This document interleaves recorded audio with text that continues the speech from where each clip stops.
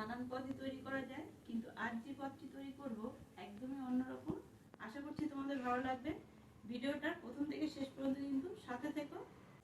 আমি কাকলি তোমাদের জন্য নিয়ে এসেছি সিক্রেট কুকিং ডায়েরি রান্নাঘরে একটি নতুন রেসিপি।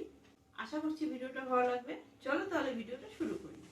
আজ যে রেসিপিটি তৈরি করব তার জন্য কিন্তু অনেক কিছু নিয়ে নিয়েছি। সবার সাথে একটু পরিচয় করিয়ে দিচ্ছি। সবার আগে লাগবে সেটা হচ্ছে সেদ্ধ করা আলু, আর এখানে ডিম নিয়েছি। এখানে আমি 5টা ডিম নিয়েছি, পরিমাণটা তোমরা কম বা বেশি করে নিও। তারপর এখানে নিয়েছি একটু কাসুরি মেথি। কাসুরি মেথি যদি না থাকে হাতের কাছে তাহলে অবশ্যই ধনিয়া পাতা দিতে পারো, তাও যদি না থাকে কোনো কিছু দেওয়ারই দরকার নেই।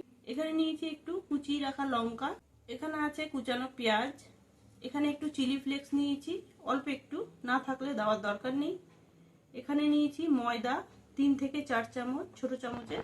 এখানে আছে কর্নফ্লাওয়ার, এটাও 3 থেকে 4 চামচ। এখানে মশলার মধ্যে কি কি নিয়েছি, অবশ্যই সবই গুঁড়ো মশলা। একটু পরিচয় করিয়ে দিই। এখানে আছে ধনিয়া গুঁড়ো, এখানে আছে লাল লঙ্কার গুঁড়ো, এখানে আছে ভাজা মশলা যেটা আমার ঘরে সবসময় থাকে। এখানে নিয়েছি একটু ঝালের জন্য গোলমরিচের গুঁড়ো, একটু বিট লবণ আছে, এটা আছে জিরের গুঁড়ো, আর এখানে নিয়েছি একটু চাট মশলা। আর এখানে অবশ্যই নিয়েছি একটু কর্নফ্লেক্স। এটা কিন্তু হাত দিয়ে একদম ডাস্ট করে নেবো এইভাবে। এভাবে কিন্তু চাপ দিলেই ভেঙে যাবে। এখানে একটা বোল নিয়ে নিয়েছি, বোলের মধ্যে এবার সেদ্ধ করা আলু গ্রেট করে নেব। এখানে গ্রেটারে সেদ্ধ করা আলু গ্রেট করছি।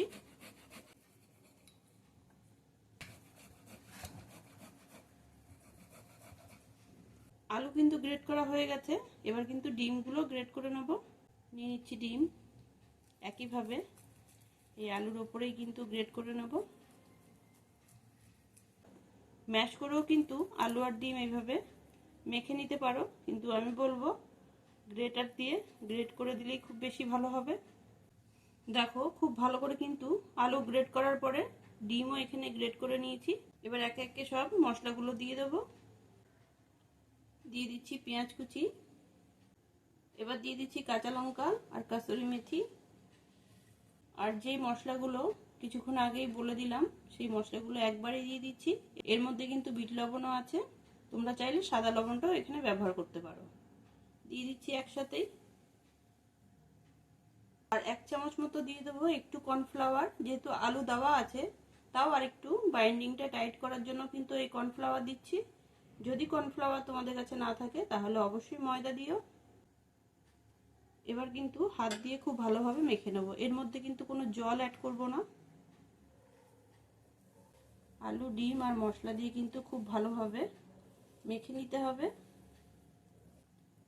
আর যদি মনে হয় এত মশলা তোমরা অ্যাড করবে না, তাহলে যার যেরকম মশলা পছন্দ সেই রকম অনুপাতেই দিও। দেখো আলু আর ডিম মশলা দিয়ে কিন্তু খুব ভালোভাবেই মেখে নিয়েছি। এবার গোল গোল করে বল তৈরি করে নেব। এইভাবে অল্প অল্প করে পুর নিয়ে সাইজটা তোমরা পছন্দ মতো করে নিও, মিডিয়াম হোক বা ছোট হোক বা বড় হোক। আমি একটা মিডিয়াম সাইজেরই বল তৈরি করছি। দেখো বাইন্ডিংটা খুব ভালো হয়েছে বলেই কিন্তু ঝুড়ো হয়ে খুলে গেল না। এই স্টেপগুলো কিন্তু মিস করবে না, তাহলে কিন্তু রেসিপিটা পুরোপুরি কমপ্লিট হবে না। কত সুন্দর গোল হয়েছে, খুলেও যাচ্ছে না। আর ডিমের সাদা অংশগুলো যে গ্রেট করা হয়েছে সেগুলোও কিন্তু ওপর থেকে দেখা যাচ্ছে। দেখতে এতটা সুন্দর লাগছে, তাহলে খেতে কতটা ভালো হবে। এইভাবে কিন্তু আমি সব বলগুলো তৈরি করে নেব। আরেকটাও তৈরি করছি সেম একইভাবে।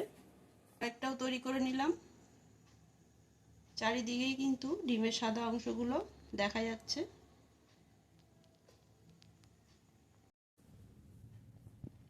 ডিম যারা পছন্দ করবে না তারা কিন্তু এভাবেই সেম একইভাবে চিকেন ম্যাশ করেও কিন্তু করতে পারবে। সেক্ষেত্রে চিকেনটা একটু সেদ্ধ করে নিও। ডিম আলু দিয়ে কিন্তু সবকটা বল এইভাবে সুন্দর করে তৈরি করে নিয়েছি। দেখো কতটা সুন্দর লাগছে। এবার কিন্তু একটা ব্যাটার তৈরি করব। ব্যাটারটা তৈরি করার জন্য একটা বোল নিয়ে নিয়েছি, এর মধ্যে নিয়ে নিচ্ছি ময়দা। 3 থেকে 4 চামচ ময়দা আছে ছোট চামচে। আর নিয়ে নিচ্ছি কর্নফ্লাওয়ার, এটাও 3 থেকে 4 চামচ আছে, ওই একই চামচেরই। আর এর মধ্যে দিয়ে দিচ্ছি সামান্য একটু চিলি ফ্লেক্স। এবার জল দিয়ে একটা ব্যাটার তৈরি করব, খুব পাতলাও না আবার খুব বেশি ঘনও না। দিয়ে দিচ্ছি জল।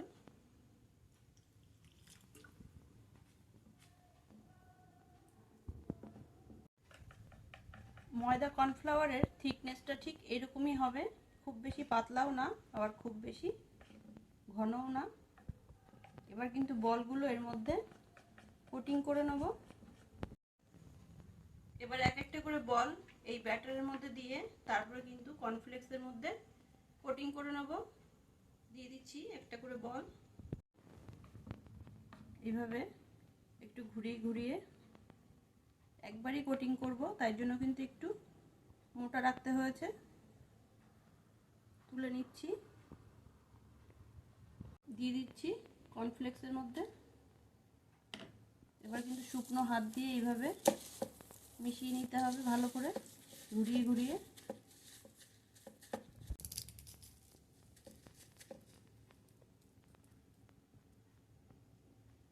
ঠিক এরকম লাগবে দেখতে। আর এইগুলো কিন্তু সব তৈরি করে 3 থেকে 4 মিনিট একটু রেস্টের জন্য রেখে দিতে হবে। আর এইভাবেই কিন্তু সব বলগুলো তৈরি করে নেব। সব বলগুলো ভালোভাবে কিন্তু কোট করে 3-4 মিনিট রেস্টেও রেখে দিয়েছিলাম। কতটা শক্ত হয়ে গেছে আশা করি দেখে বুঝতে পারছো, আর কতটা সুন্দর লাগছে। এবার কিন্তু একদম ডিপ ফ্রাই করে নেব। এপাশে কিন্তু তেল গরম করতে বসিয়ে দিয়েছি, আর তেল কিন্তু একদম মিডিয়াম গরমেই এই বলগুলো ছেড়ে দিতে হবে। তেল খুব ভালোভাবে গরম হয়ে গেছে, এবার দিয়ে দিচ্ছি এক এক করে বলগুলো।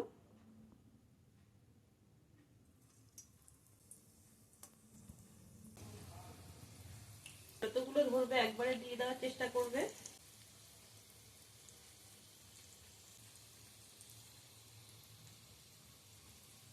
সিক্রেট কুকিং ডায়েরি রান্নাঘরে সিক্রেট কোনো টিপস থাকবে না, সেটা তো হতেই পারে না। এখানে কর্নফ্লেক্সের জায়গায় কিন্তু তোমরা চিড়ে ভেজেও আধ ভাঙা করেও দিয়ে দিতে পারো, সেক্ষেত্রেও কিন্তু এরকম ক্রিস্পি হবে। আর যারা নিরামিষ খেতে ভালোবাসো অবশ্যই কিন্তু আলুর সাথে পনির দিয়েও এই সেম একইভাবে তোমরা বলগুলো তৈরি করতে পারো। সেই ক্ষেত্রে পেঁয়াজটা স্কিপ করবে, আর বাদ বাকি যা আছে সব একই রকম ভাবে দেওয়া যেতে পারে।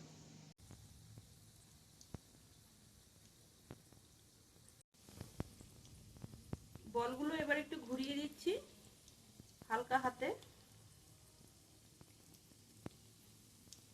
এক পাশে কিন্তু একটু শক্ত হয়ে এসছে, দেখো।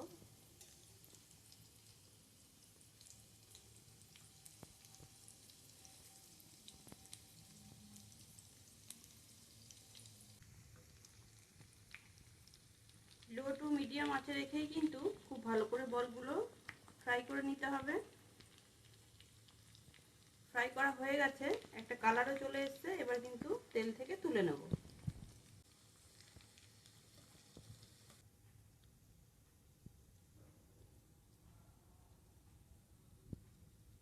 দারুণ স্বাদের এই এগ বল রেসিপি একবার হলেও কিন্তু ট্রাই করো। আশা করছি তোমাদের সবারই খুব পছন্দ হবে, বিশেষ করে বাচ্চাদের। কত সহজেই ঘরে থাকা সামান্য আলু ডিম দিয়ে কিন্তু এত সুন্দর একটা স্ন্যাক্সের রেসিপি তৈরি করা যায়। আশা করছি তোমাদের ভিডিওটা ভালো লেগেছে। যদি ভিডিওটা ভালো লাগে অবশ্যই কিন্তু লাইক করো, কমেন্ট করো ঠিক কেমন লাগলো, আর শেয়ার করে দিও। সিক্রেট কুকিং ডায়েরি চ্যানেলটি সাবস্ক্রাইব করে রেখো এরকমই মজাদার রেসিপি পাওয়ার জন্য। দেখা হচ্ছে এরকমই মজাদার নিত্য নতুন রেসিপির সাথে নেক্সট ভিডিওতে। ততক্ষণ ভালো থেকো, সুস্থ